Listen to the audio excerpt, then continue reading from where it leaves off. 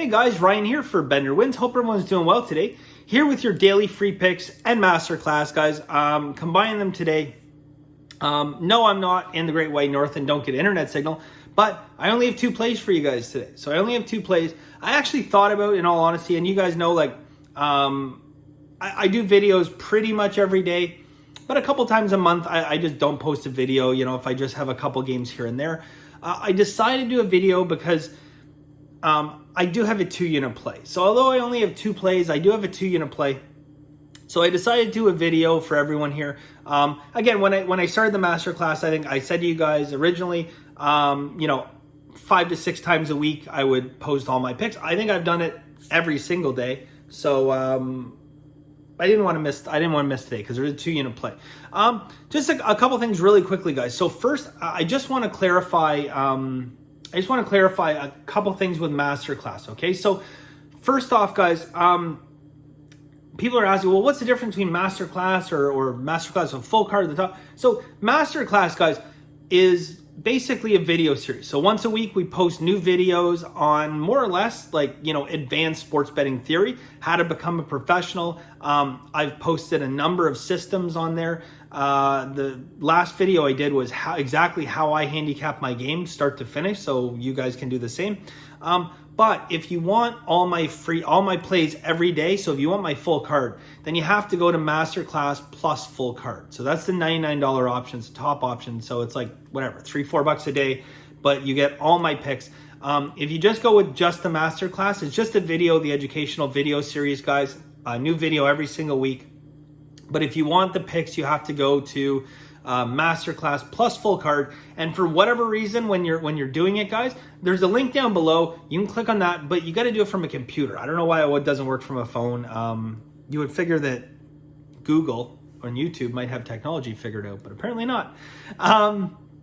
Okay, so the one other thing quickly about Masterclass is there's a number of people that have messaged me saying I can't access this from the country I'm in. It won't allow me. And I didn't know that going in.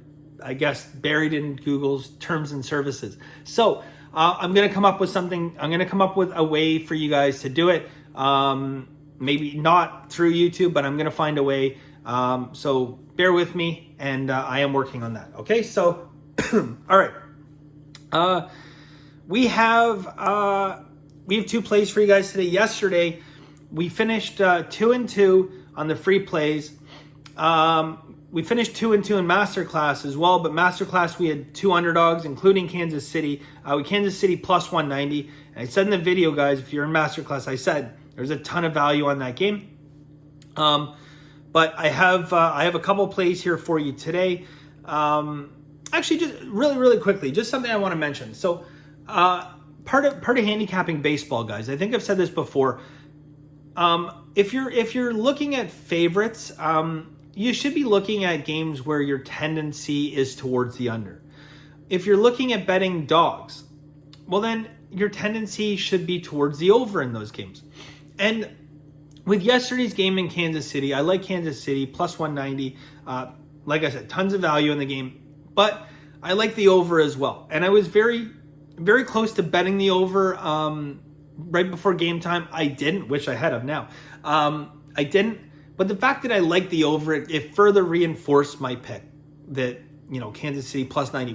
When you have the favorites, guys, and you have these low scoring games where it's like, 3-1 or 4-1 or 4-2 or whatever, that favors the favorites, okay? That gives the favorites an advantage. But when you start to get in these slugfests where, it's 8-6 and 9-7 and like just these crazy back and forth games, that really favors underdogs, especially high-priced underdogs, where you're getting underdogs of like, plus 200, plus 250. If you can get into a slugfest, back and forth, and you get plus 250, you're going to win a lot of money because the variance, it creates variance. When you have these low controlled games, it's not great for the underdogs when you have these controlled games. So that was just a side note, guys. Keep that in mind when you're capping. Okay, when you're looking at I like this team here, but I like the under. Okay, do you like the favorite and you like the under? Then not bad. Probably a slight advantage. Okay, but Not something you just cap based just on that, but just something to keep an eye out for, right? All right, guys. So I have 2 plays for you guys. As I mentioned, one of them is a 2-unit play. So I'll give you a 2-unit play right off the bat, guys. All right. So this game, guys, is Dodgers and Arizona. Okay. So Dodgers and Arizona. Multiple system indicators on the game. Insane money distribution, which we'll talk about in a second. There's steam, reverse line moves. Go into some of like the game chat rooms and look at what's going on here, guys.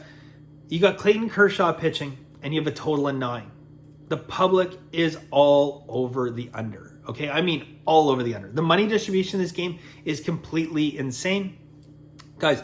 We're going to be taking over 9 for 2 units in this game. We're going over 9 2 units. Okay, when I see this game, when I see all these things line up, okay, the system indicators, the money distribution, crazy money distribution in this game, steam, reverse line moves.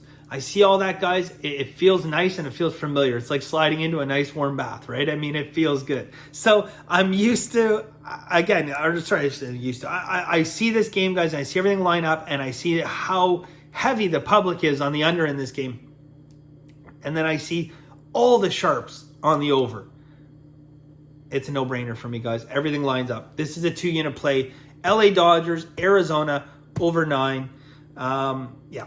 All right. So next play, guys. I have a play in basketball. Toronto and Boston. So Toronto Raptors and Boston Celtics.